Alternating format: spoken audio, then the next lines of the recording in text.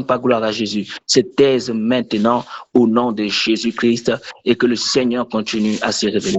Il parle maintenant, pas autorité, maintenant contre les forces maléfiques qui se lèvent. Alors dispose-toi à recevoir la parole de Dieu. Sois concentré afin de recevoir la parole de Dieu. Gardons nos micros fermés. Et quand il s'agit de réagir, tu peux ouvrir ton micro pour dire Amen, Alléluia, parce que ça te permet de saisir quelque chose. On ne dit pas Amen parce que ça nous fait plaisir de dire Amen. Il faut réagir. Quand un homme de Dieu prêche, il faut réagir. Donc, ton Amen là, ça va te permettre également de bénéficier de quelque chose. Que le Seigneur te bénisse. Alors, homme de Dieu, je te passe le micro très rapidement pour qu'on évolue. Amen, amen. Soyez tous bénis ce matin dans le puissant et le merveilleux nom de notre Seigneur Jésus-Christ. Nous prions. Seigneur, merci encore pour ta parole relevée ce matin. Seigneur, merci encore pour ce moment que tu disposes autour de nous. Ta parole déclare que là où 2, 3 s'assemblent à ton sein, non, tu y es. Père, nous savons ce matin avec assurance, avec réassurance et conviction totale que tu es présent au milieu de nous parce que tu es le Dieu omnipotent, omniprésent, que la distance n'est pas une barrière pour toi. Seigneur, sur cette plateforme de prière, la voix de réveil, des disciples de Jésus, la cité de David, tu es présent et tu agis toujours. Tu es le même hier, aujourd'hui, éternellement, tu n'as pas changé. Oh Seigneur, nous savons que ce midi, tu vas nous bénir encore. Utilise-moi, oh Père éternel, synchronise mes lèvres, mon cœur à ta pensée spirituelle. Synchronise ma bouche, oh mon Dieu, mon roi, et que seule la chair qui est en moi se taise et que ton esprit parle au travers de moi. Merci encore pour tes bienfaits. Sois béni dans les cieux, sois béni au milieu de nous. Au nom de Jésus-Christ, j'ai prié encore. Amen, amen et amen. Bien-aimé, ce matin, une fois de plus, bonjour. Et ce matin, je vais t'entretenir sur un thème qui est important et capital pour nous et pour nos familles. Et le thème, c'est faire alliance avec Dieu. Faire alliance avec Dieu. Pourquoi est-ce qu'il faudrait faire alliance avec Dieu? Quelles sont les conséquences d'une alliance? Quels sont les bienfaits d'une alliance? À quoi sert-il de faire une alliance avec Dieu? Et pour cela, je vais t'entretenir en te faisant d'abord lire un passage dans le livre de Genèse. Comme je l'ai toujours dit, c'est un livre que j'aime beaucoup. Je me sens toujours trop inspiré quand je travaille avec Genèse. On va lire, homme de Dieu, le pasteur Ronald, tu vas m'aider à lire un passage dans le livre de Genèse au chapitre 15, verset 7 jusqu'au verset 18. On va lire ça rapidement. On n'a pas beaucoup de temps, s'il vous plaît. Genèse chapitre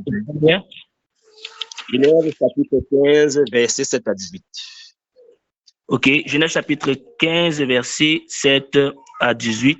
Je lis au nom de Jésus. L'Éternel lui dit encore, je suis l'Éternel qui t'ai fait sortir d'Ur en Chaldée pour te donner en possession ce pays. Abraham répondit, Seigneur éternel, à quoi connaîtrai-je que je le posséderai?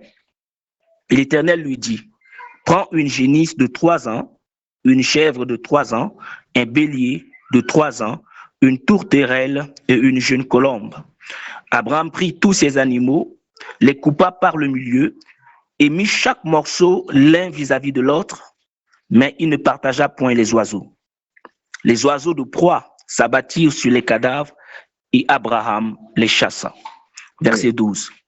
Au coucher du soleil, un profond sommeil tomba sur Abraham et voici une frayeur et une grande obscurité vinrent l'assaillir. Et l'Éternel dit à Abraham, sache que tes descendants seront étrangers dans un pays qui ne sera point à eux et ils seront asservis et on les opprimera pendant 400 ans. Mais je jugerai la nation à laquelle ils seront asservis et ils sortiront ensuite avec de grandes richesses. Toi, tu iras en paix vers tes pères, tu seras enterré après une heureuse vieillesse.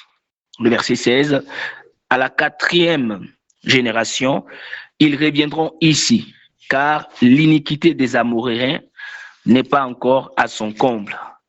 Quand le soleil fut couché, il y eut une obscurité profonde et voici, ce fut une fournaise fumante et des flammes passèrent entre les animaux partagés. Verset 18 enfin. En ce jour-là, l'Éternel fit alliance avec Abraham et dit, je te donne ce pays à ta postérité, depuis le fleuve d'Égypte jusqu'au grand fleuve, au fleuve d'Euphrate. Jusqu'ici, la parole de Dieu. Amen. Amen. En ce jour-là, l'Éternel fit alliance avec Abraham. Amen. Bien-aimé, ce matin, je voudrais te parler de quelque chose qui est important et capital pour toi et pour ta famille. Lorsque tu trouves un travail ou un emploi, tu as forcément un contrat avec ton patron ou ton employeur. Quand tu as un business avec tes partenaires, tu fais des accords de partenariat. Alors, ton patron est obligé de te payer à la fin de chaque mois, mais il n'est pas obligé de savoir ce que tu fais avec ton argent. Amen. Quel que soit ce que tu fais avec ton argent, il s'en fout. Mais ce matin, je voudrais te parler d'un autre contrat qui est aussi spécial et très particulier, dont le thème de mon message, faire alliance avec Dieu. Amen. C'est quoi une alliance? Une alliance, côté spirituel, beaucoup plus bien sûr. Une alliance est un rituel solennel dans lequel il y a des contrats, dans lequel il y a des accords, dans lequel il y a des promesses entre Dieu et un individu. Et ces accords, ces promesses sont sanctionnés par un serment.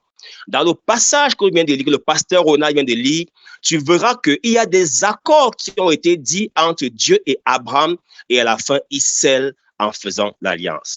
Et quand on lit le passage, tu verras que Dieu dit à Abraham, ta descendance seront étrangers dans un pays qui ne seront point à eux. Ça, c'est quelque chose qu'il a dit. Et il dit, je jugerai la nation à laquelle ils seront asservis et ils sortiront par des grandes richesses. Et il dit encore, toi, tu iras en paix. Ce sont des différents accords ou encore des éléments de promesse que Dieu est en train d'établir dans l'alliance qu'il va faire avec Alliance. Voilà pourquoi, lorsque tu verras, comme au verset 13, il dit par exemple, ils seront asservis et on les opprimera pendant 400 ans.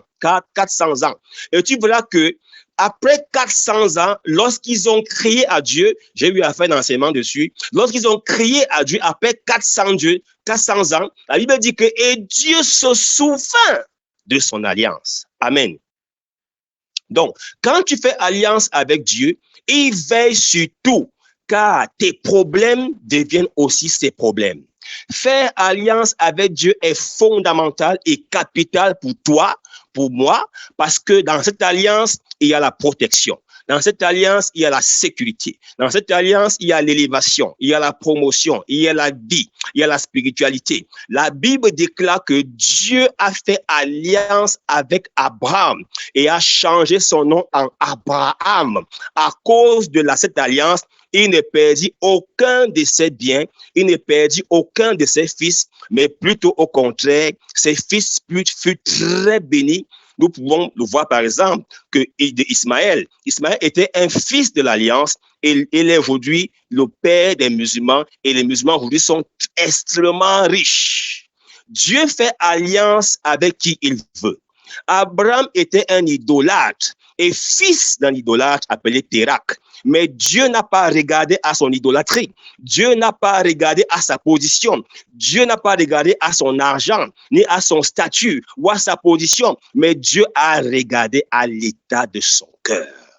Mon frère, ma soeur, quel est l'état de ton cœur devant le Seigneur? Quel est l'état de ton cœur devant Dieu? Dieu ne fait pas alliance avec des gens qui ont un cœur sale. Dieu ne fait pas alliance avec des gens qui ont un cœur noir, un cœur d'amertume, un cœur d'hypocrisie et de jalousie. Dieu a dit à Abraham, sors de la maison de ton père et je te bénirai. Et ce qui est vraiment bizarre est de voir le comportement d'Abraham dans une obéissance qui ne dit pas son nom. Job a été frappé par la perte de ses enfants et de ses biens parce qu'il n'avait pas d'alliance avec Dieu. Il était droit, c'est vrai. Il était juste, c'est vrai. Job était pieux, intègre, craignant Dieu, c'est vrai. Mais il n'avait pas d'alliance avec Dieu. C'est vrai que Dieu avait permis à Satan de le toucher, mais si Job avait établi une alliance avec Dieu, alors cette alliance devait rappeler le Seigneur de ne pas jouer avec sa vie. Lorsque les enfants d'Israël gémissaient à Goshen, la Bible dit, et Dieu se souvint de son alliance avec Abraham, avec Isaac et Jacob, comme pour dire que l'alliance a une mémoire, comme pour dire que l'alliance a des souvenirs, l'alliance est un sonat d'alerte, l'alliance rappelle. Noé a fait une alliance avec Dieu au sortir du déluge. Car après avoir confirmé la puissance et la colère de Dieu, il a rapidement compris qu'il fallait établir un pacte avec Dieu qui devait également parler dans sa vie et dans celle de ses enfants. L'une des grandes alliances dans la Bible est l'alliance de Moïse avec Dieu sur le mont Sinaï. Nous pouvons également voir l'alliance de David et même l'alliance de Salomon. Mais dans ces alliances, la seule alliance qui fait la controverse est celui de David. Parce que David avait été longtemps appelé un homme de guerre. Par contre, le reste des alliances sont des alliances de paix. Comme la bénédiction parle de génération en génération, mon frère, laisse-moi te dire ce midi que l'alliance aussi parle de génération en génération. La Bible déclare que lorsque la servante de Sarah, appelée Agar, fut enceinte, elle s'enfuit dans le désert à cause de la maltraitance de sa patronne. Mais un ange de l'Éternel lui apparut. Pourquoi? Parce qu'elle portait un fils de l'alliance dans son sein. Ensuite, lorsqu'elle fut chassée avec son fils Ismaël, quand Ismaël était né, à cause de son comportement vis-à-vis d'Abraham pour choquer Sarah, la Bible déclare que dans le désert, ils étaient en manque d'eau à boire.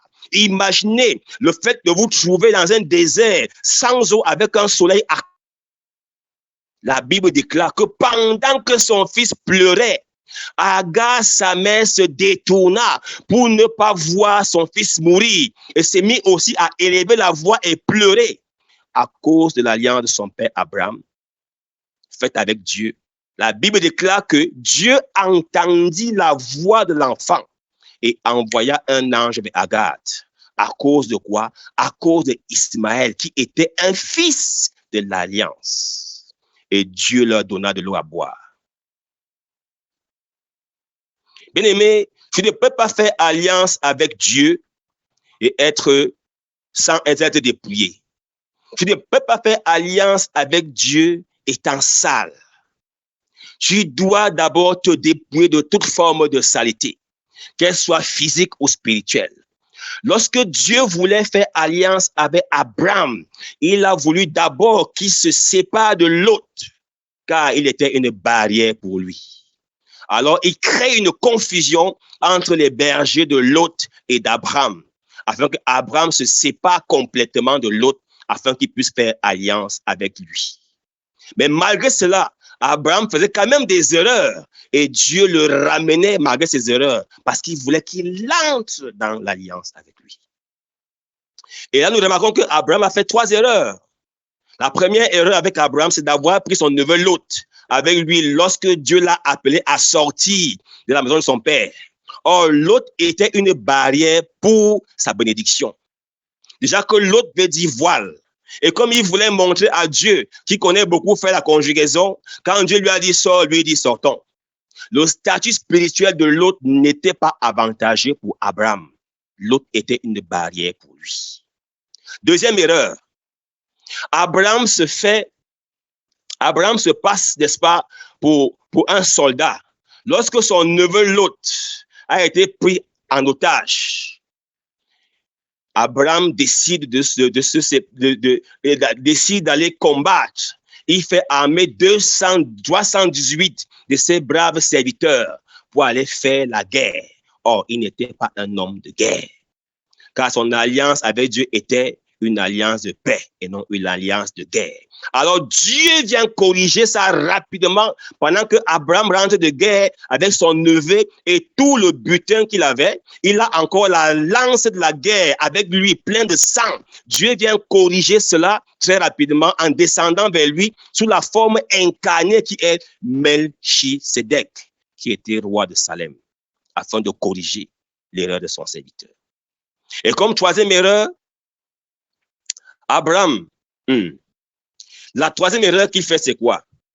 Lorsque Abraham décide de se séparer de son neveu Lot, lui, en tant qu'aîné, il demande à Lot, son neveu, de faire le choix sur l'endroit qu'il devait partir. Si tu vas au nord, moi j'irai au sud. Si tu vas à l'est, moi j'irai à l'ouest. Or, c'est Abraham qui devait d'abord faire le choix en tant qu'aîné. Lorsque Dieu veut faire alliance avec toi, il s'arrange toujours à te séparer des obstacles.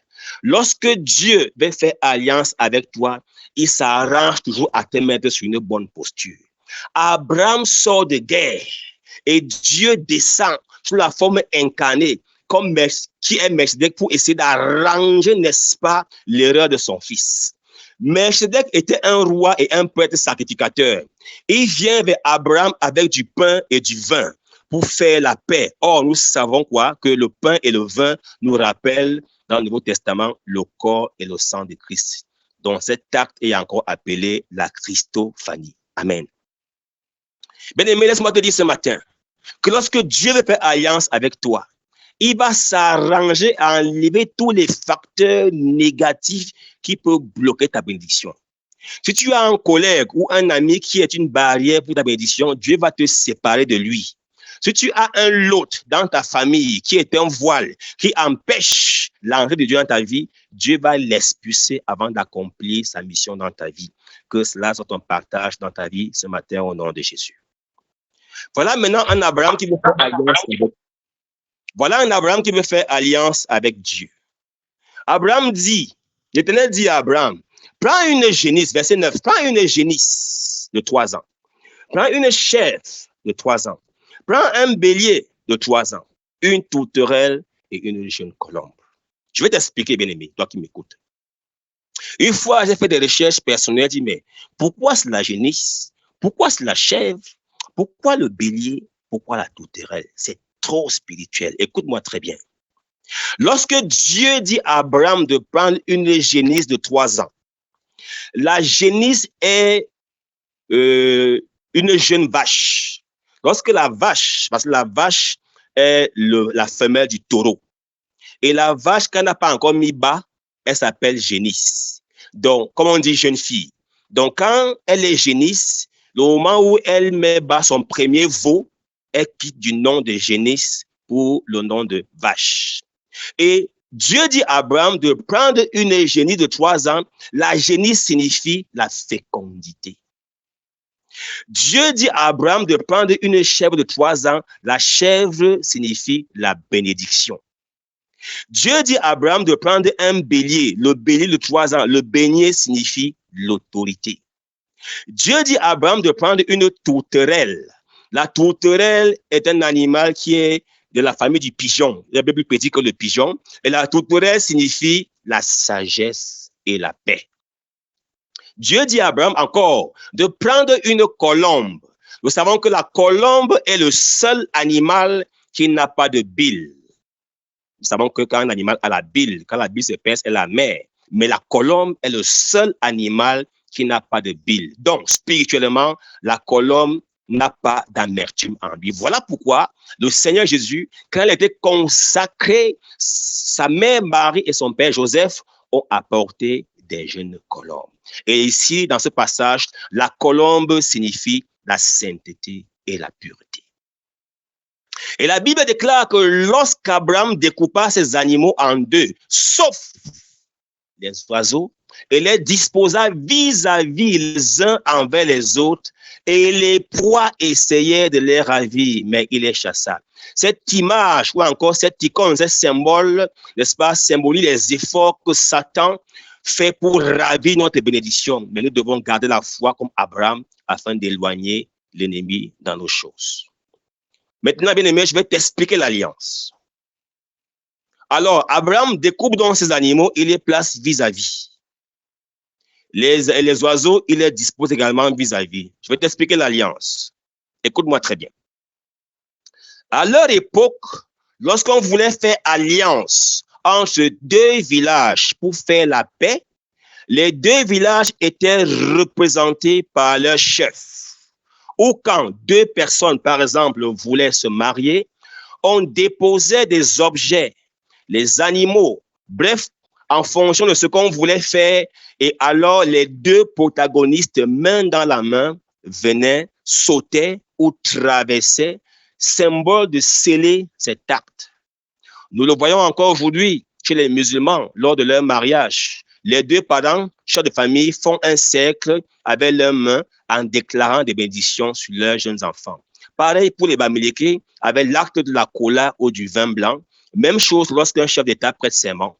C'est une alliance. Alors, dans l'alliance avec Abraham et Dieu, Dieu vient passer au milieu des animaux sous la forme de feu et consume les animaux, mais Abraham, lui, il n'est pas passé. Pourquoi? Dieu, voyant qu'Abraham est homme et fait de chair, savait qu'à tout moment, il pouvait briser leur accord par le péché. Alors, il attend qu'Abraham soit couché dans un profond sommeil pour lui parler. Et d'ailleurs, nous savons que c'est dans le sommeil que nous recevons beaucoup de choses de Dieu. Donc, Dieu voulait aussi qu'Abraham soit demi-conscient pour le faire, parce que Satan, l'accusateur, viendra demain afin de prendre cela comme prétexte pour accuser Abraham. D'où Dieu vient donc sceller son alliance par son passage de feu entre les animaux et consume toutes les bêtes comme pour dire j'accepte, comme pour dire c'est scellé, comme pour dire désormais j'ai une alliance avec toi. Bien-aimé, dans l'alliance d'Abraham, il y a la paix, car Abraham était un homme de paix. La guerre n'était pas son partage. Donc, il a fait l'erreur d'aller libérer son neveu en faisant la guerre. Et cette guerre a été une rancune générationnelle, car parmi les rois qu'Abraham avait tués pour libérer l'autre, il y avait une descendance de ce roi qui a aussi combattu l'arrière-arrière-fils d'Abraham, qui est Manassé, après le partage du territoire par le patriarche Jacob, c'est-à-dire 4 générations plus tard. Mon frère, ma soeur, parfois notre paix se trouve dans nos combats. Parfois, nous combattons certains ennemis sans même connaître les raisons de nos combats. Car plutôt, il y a eu des alliances et des fondations qui ont été établies et qui réclament à notre génération. Manassé combattait un ennemi sans savoir ce qui a été fait il y a 4 générations avant lui. Un de nos aïeux peut établir une alliance ou un contrat dans une loge ou sur un hôtel satanique, maléfique, en établissant des décrets qui vont prendre effet dans 20 ans, 30 ans, 50 ans, 60 ans, 100 ans plus tard. Je viens déclarer ce midi que cette alliance qui a été établie par ton aïeux et qui parlait à ta génération, que cela ce matin est brisé par le nom de Jésus, que cela ce matin est brisé par le feu du Saint-Esprit, que cela ce matin lâche prise dans ta vie ce matin, reçois cela ce matin au nom puissant et souverain du Seigneur Jésus-Christ. Bien-aimé, tout le monde a son appel et son alliance avec Dieu. Abraham a eu son alliance différemment de celui de Job. La Bible déclare que Job était un homme intègre. Job était un homme droit qui craignait Dieu. Job a été frappé par ces mots parce qu'il n'avait pas d'alliance avec Dieu. Sinon, cette alliance allait rappeler Dieu à ne pas jouer avec la vie de Job. Mais ce qui est surprenant et même intéressant est qu'il est resté fidèle à Dieu. Il n'a pas ébranlé sa foi. Il n'a pas rétrogradé avec sa foi. Combien d'entre nous de nos jours rétrogradent dans le monde à cause d'une mauvaise nouvelle? Combien d'entre nous dans ce forum ont rétrogradé à cause d'une déception amoureuse? Combien de personnes de nos jours ont rétrogradé, sont rentrées dans le monde parce que sa famille l'a rejeté? Tu donnes ta vie à Jésus. Ta famille dit que tu es maintenant le guide de réveil. on t'a rejeté, tu rentres dans le monde. Parce que tu as échoué à un examen, tu rétrogrades. Parce que tu as eu des déceptions amoureuses, tu rétrogrades. Mon frère, ma soeur, ce midi, je voudrais t'interpeller. Quelle est ton alliance avec le Seigneur? Frère, sœur qui m'écoute ce matin, quelle est ton alliance avec Jésus? Est-ce que ton alliance se parle devant la face de Dieu? Est-ce que ton alliance est capable de réclamer, de rappeler le Seigneur? Job, après toutes ces épreuves, est resté fidèle à Dieu et vient faire alliance avec Dieu après ces différentes plaies qu'il a eues. Lorsque tu lis dans Job 5, 23. Et dans ce passage de Job 5, 23, verset 23, la Bible dit que Job fera alliance avec les pierres des champs. Or, nous savons sans ignorer que Christ est la pierre, Christ est le roc. Et dans la suite du passage, tu verras que Job est béni, Job est restauré, et nous voyons un Job qui peut revivre, nous voyons un Job qui est restauré dans tous les plans de sa vie, matériellement, spirituellement, financièrement. Job est restauré après qu'il a fait alliance avec Dieu. Mon frère, ma sœur, est-ce que tu sais que lorsque Dieu fait alliance avec Abraham, Satan était aussi là pour voir ce qui va se passer? Lorsque Dieu fait alliance avec Abraham, Satan était là pour voir où il y aura la faille afin de le tenter pour qu'il tombe et par après l'accuser. Je vais te dire encore une chose ce midi qui va te choquer. D'après mes recherches, j'en conclus que Satan a encore accès au ciel.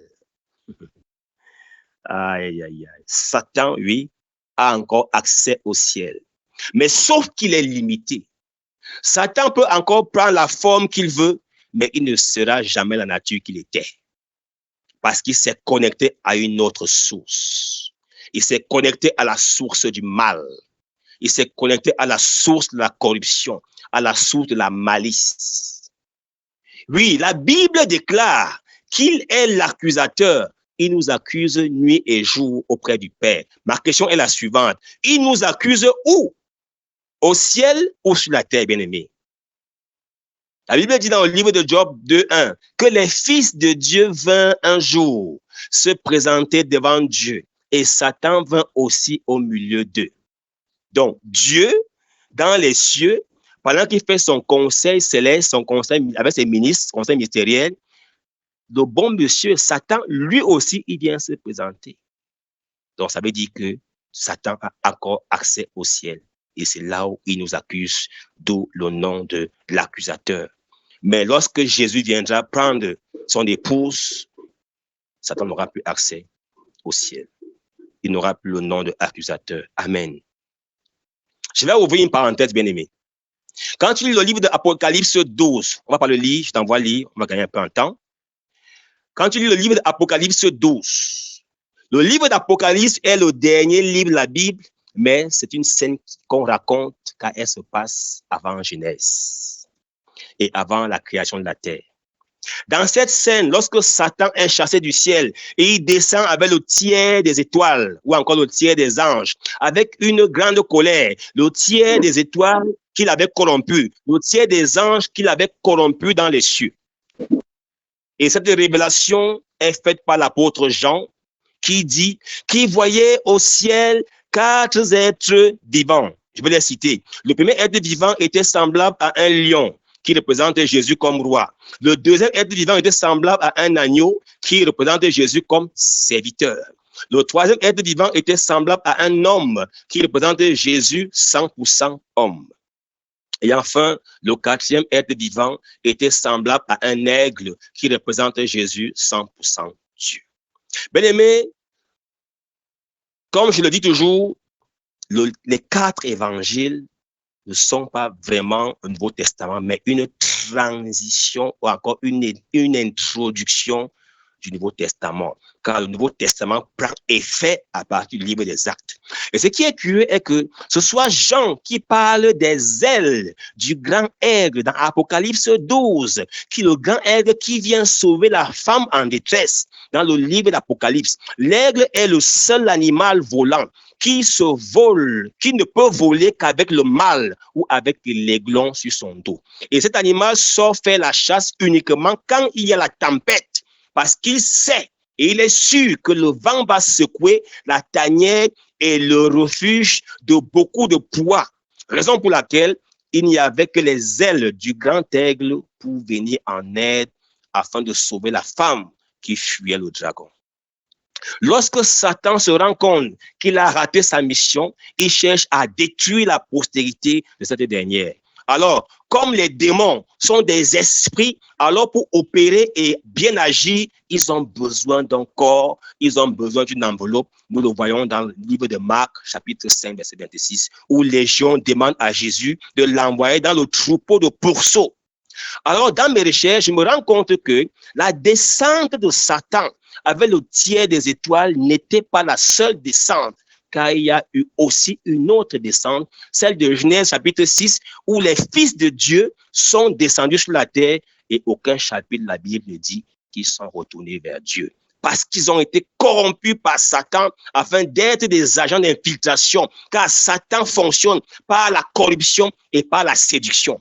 Ces fils de Dieu étaient déjà corrompus, prenant pour femmes des filles des hommes, portant déjà la sémence de la sorcellerie et transmettaient cela à ces femmes qui devenaient des mères porteuses et transmettaient cela à leur descendance par le biais de la naissance ou au travers du cordon ombilical, d'où l'origine de la sorcellerie.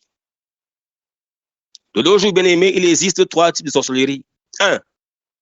Ceux qui sont déjà porteurs à la naissance, qui opèrent et transmettent physiquement ou spirituellement. 2. Ceux qui sont porteurs à la naissance et ne connaissent pas opérer. 3.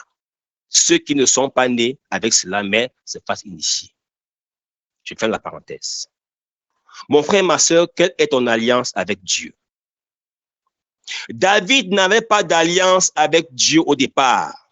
C'est Dieu qui l'a choisi et a dit à Samuel, va dans la maison de Isaïe, tu verras un jeune homme et tu vas le oindre comme roi.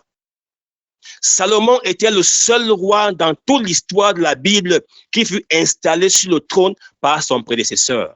Et après la mort de son père, le roi David a compris qu'il ne pouvait pas, le roi Salomon, autant pour moi, a compris qu'il ne pouvait pas gérer le royaume sans la main de Dieu. D'ailleurs, la mère de Salomon, à chaque fois, le mettait à l'épreuve afin de le rendre plus fort, car c'était quelqu'un de très timide et de très faible et qui n'était pas intelligent. Salomon ne connaissait pas la guerre et voulait que son règne se passe dans la paix. Et qu'est-ce qu'il a fait? Alors il a compris, le jeune homme.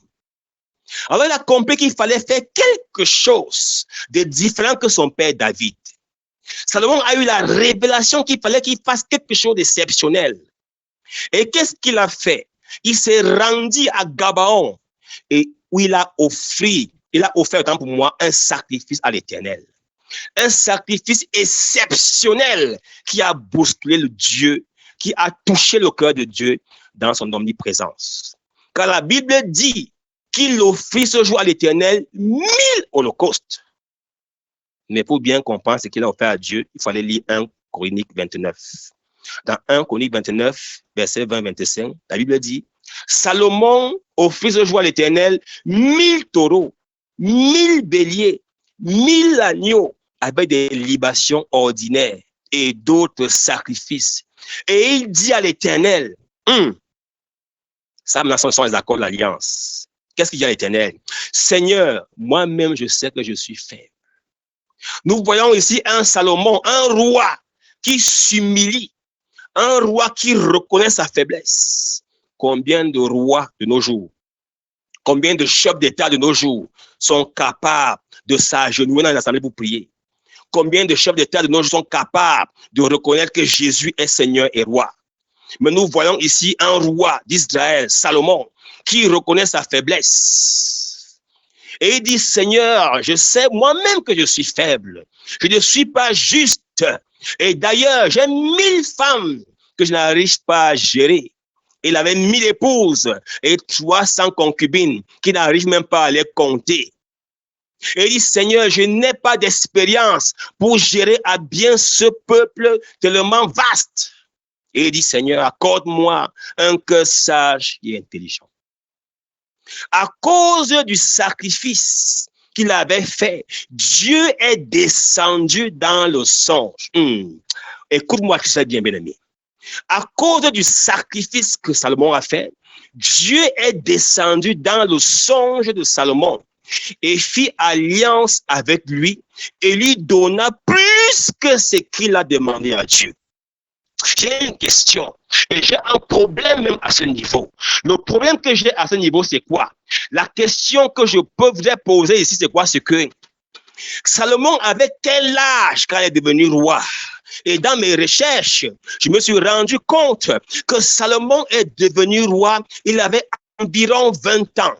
Alors, même Dieu, voyant cela, a brisé le protocole du jeune homme. Un jeune homme de 20 ans, roi en Israël, qui a offert 1000 holocaustes à l'Éternel, 1000 taureaux, 1000 boucs, 1000 béliers et des libations à l'âge de 20 ans. Et Dieu, n'est-ce pas bien, brisé le protocole. Dieu est descendu vers Salomon. Il est descendu comment? Au travers d'un songe pour lui parler, pour faire alliance avec lui. Or, la Bible que je lis dans le livre de Joël, au chapitre 2, verset 28 dit, qu'après cela, je répandrai mon esprit sur toute chair. Vos fils et vos filles prophétiseront, vos vieillards auront des songes. Salomon, tu as 20 ans. Depuis quand tu es vieillard pour avoir des songes? Joël dit, vos vieillards auront des songes et vos jeunes gens des visions. Mais Salomon, après qu'il a fait un sacrifice avec Dieu, il n'était pas vieillard, mais il a eu un songe. Dieu est descendu dans son songe. Cela veut dire que dans l'alliance que tu fais avec Dieu, Dieu est capable de briser le protocole. À cause de l'offrande de Salomon, Dieu lui-même a brisé le protocole de la prophétie. Il est descendu en personne pour répondre à son serviteur et l'a sauvagement béni. Car Joël lui-même dit que ce sont des vieillards qui auront des songes. Mon frère, ma soeur, quelle est ton alliance avec le Seigneur? Est-ce que tes sacrifices et actions de grâce sont agréables devant Dieu? Est-ce que ce que tu fais est agréable devant le Seigneur comme offrande? Chaque fois que tu viens te plaindre auprès de ton pasteur, oh homme de Dieu, mes choses ne marchent pas. Oh homme de Dieu, mes affaires ne prospèrent pas. Mon commerce est tombé. Mes collègues francs-maçons sont promus sauf moi, alors que j'ai des diplômes. Question, est-ce que tu paies le prix? Frère, tu te poses des questions. Tu te plains auprès de ton pasteur. Est-ce que tu paies le prix? Tu as déjà fait quoi qui a touché le cœur de Dieu? Le franc-maçon a payé avec ses fesses. Le franc-maçon a payé avec la vie de son enfant. Le franc-maçon a payé avec un membre de sa famille qu'il a liquidé. Toi, tu as payé en tant qu'enfant de Dieu. Tu as payé quoi? Tu as fait quoi à Dieu qui a touché le cœur de Dieu? Nous ne sommes même pas capables de payer nos dîmes comme il se doit, ni de donner des sacrifices à Dieu, mais nous voulons être bénis. Ah, homme de Dieu, pasteur Ronald, mon fiancé a toqué la porte de mes parents pour les fiançailles et maintenant, il ne me prend plus au téléphone car il regarde à une autre fille. Cette fille qu'il regarde là maintenant a certainement payé le prix chez un marabout. Et toi, tu as payé quel prix devant Dieu? Toi, tu as payé quel prix devant le Seigneur? Mon frère, ma soeur, quelle est ton alliance avec Dieu? Est-ce que tu paies le prix fort devant Dieu? Est-ce que tu es capable de tout donner pour Dieu? Je vais prendre encore un exemple de la Bible. L'histoire d'Esther. Vasti était la reine du roi Assyrus. Avec son impertinence et son orgueil, elle a été déchue de son trône. Lorsqu'il y a eu défilé pour choisir la future reine, plusieurs filles belles et intelligentes sont passées avant elle. Les filles des ministres, les filles des hommes d'affaires, les filles des magistrats de ce pays, les filles des puissantes personnalités du pays sont passées. Mais lorsque Esther est passée, le défilé s'est arrêté. Pourquoi? Parce qu'elle avait une alliance particulière avec Dieu. Lorsque Esther est passée devant le roi Assyrus, son alliance a parlé en sa faveur. Le défilé s'est arrêté. Elle avait une alliance particulière avec Dieu. Et lorsqu'elle fut reine, Aman a conspiré et monté un coup afin de tuer tous les Juifs du pays. Je vais ouvrir encore bien aimé une parenthèse. Et il y a beaucoup de personnes dans ce forum, je suis sûr, qui se posent souvent la question, pourquoi Aman voulait tant tuer les Juifs? Je vais répondre à ta préoccupation. Aman a conspiré pour pouvoir tuer tous les Juifs du pays. Pourquoi? En fait, Aman avait cette rancune parce qu'il était de la descendance d'Agad. Agad était le roi des Amalécites. Les Amalécites faisaient partie des peuples qui avaient barré la route à Israël lors de leur sortie d'Égypte. Et Dieu vient par la suite demander à Saül de tuer tous les Amalécites. Et Saül avait épargné leur roi qui était Agad. Et Aman était un descendant de ce dernier et avait une rancune terrible envers le peuple juif.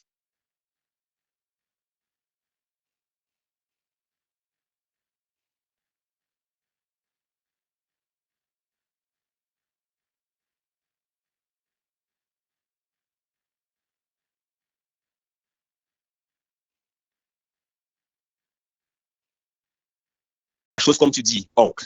On va prendre 3 jours de jeûne et de prière à sec. Esther a pris 3 jours de jeûne et de prière à sec, avec ses servantes, avec tout le peuple juif, même les animaux ont gêné, toute la maison a gêné, les servants ont gêné.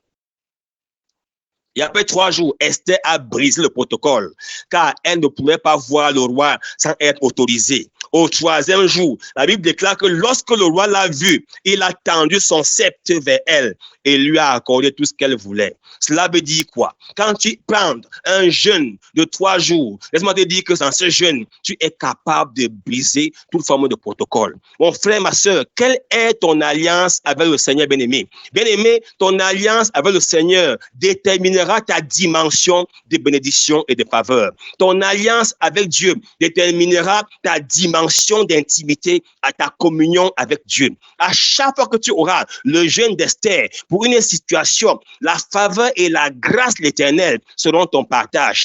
Que cela soit ton partage encore en ce jour, en ce midi. Au nom puissant et souverain du Seigneur Jésus, donne-moi un bon amen. Laisse-moi te dire, mon frère, ma soeur, que l'alliance brise les protocoles, l'alliance brise les barrières, l'alliance t'amène à une autre dimension et te donne au-delà de tes attentes. Frère, est-ce que tu sais que quand Dieu prend ton offrande, il ne peut pas te tuer? Je vais encore te choquer ce midi. Est-ce que tu sais que quand Dieu prend ton offrande, il ne peut pas te tuer? Est-ce que quand tu vois le Seigneur avec ton offrande en main, il ne peut pas te tuer? Raison pour laquelle Salomon, malgré ses transgressions devant la face éternelle, était protégé, était couvert par l'alliance. La dernière fois, j'ai enseigné ici et j'ai dit, il ne faut jamais juger un homme de Dieu malgré ses erreurs, car tu ne connais pas l'alliance que cet homme de Dieu a avec Dieu. Lisons un peu dans le livre de Juges 13, 1 à 23. Je t'envoie lire l'histoire de Samson avec ses parents. Dans ces portions de l'Écriture, dans Juges 13, la femme de Manoah, la mère de Samson, lorsque l'ange lui est apparu pour lui dire qu'elle sera enceinte et que l'enfant qu'elle enfantera sera consacré au Seigneur, l'ange du Seigneur lui a donné des instructions fermes par rapport à cela, à savoir qu'elle ne devrait boire rien d'alcoolisé et ne rien manger d'impur. Elle est allée dire à son mari, Manoah, et Manoah a demandé au Seigneur que l'ange de Dieu revienne encore pour confirmer la prophétie, afin qu'il soit rassuré qu'elle va s'accomplir dans leur couple. Et Dieu exauça la prière de Manoah. Et quand l'ange est arrivé, alors il prit un chevreau, je crois bien, oui, il prit un chevreau, il le posa sur le rocher pour offrir en sacrifice à l'Éternel. Et comme la flamme montait, l'ange monta dans la flamme et Manoah comprit que c'était vraiment l'ange éternel. Et il dit à sa femme, nous allons mourir car nous avons vu Dieu. Et sa femme répondit, ça qui est intéressant. C'est que sa femme lui a dit intéressant. Sa femme dit quoi? Non, mon mari, nous n'allons pas mourir, car l'Éternel a pris de nos propres mains notre offrande. Frère, quand Dieu agrée ton offrande, dans l'offrande qu'il agrée là, il y a la vie, il y a la protection, il y a la promesse. Tu dois faire alliance avec Dieu bien-aimé. Un autre exemple encore. À cause du temps, tu vas lire dans Juge 6, l'histoire de Gédéon. Gédéon est envoyé par Dieu pour aller délivrer Israël des mains des Madians. Et Gédéon ne croit pas à cette mission, car il commence à se sous-estimer en disant qu'il est le plus petit de la maison de son père. Mais alors, pour se rassurer que cela vient de Dieu, il demande à l'ange d'attendre qu'il apporte son sacrifice afin d'avoir la confirmation de sa mission. Et l'Éternel lui dit, va, j'attends. Il alla et apporta un chevreau, encore un chevreau. J'ai un message, tu sais, le chevreau, le mystère du chevreau. Il apporta un chevreau qui déposa sur le rocher et offrit en sacrifice à l'Éternel. Dès qu'il a déposé son offrande, l'ange avança son bâton et toucha l'offrande qui s'est consumée sur le rocher par le feu. Et l'ange disparut. Nous sommes sans ignorer que Dieu est un feu dévorant. Et Gédéon, voyant cela, dit, malheur à moi, Seigneur éternel, car j'ai vu ton ange face à face. Il avait peur. Il croyait qu'il va mourir. Et là maintenant, c'est Dieu qui lui dit, sois en paix, ne crains point, tu ne mourras pas. La première histoire, c'est la femme de Manoah qui dit, mon mari, il a pris notre offrande, on ne mourra pas. Et là, c'est Dieu même qui dit à Gédéon, ne crains point, tu ne mourras pas. Frère, sœur qui m'écoute, quelle est ton alliance avec Dieu?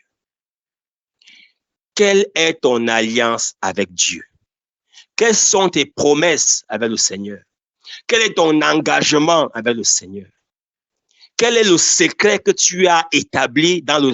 Quels sont tes secrets que tu as établis dans le secret avec ton Dieu? Quelles sont les promesses que tu as établies devant la face de Dieu?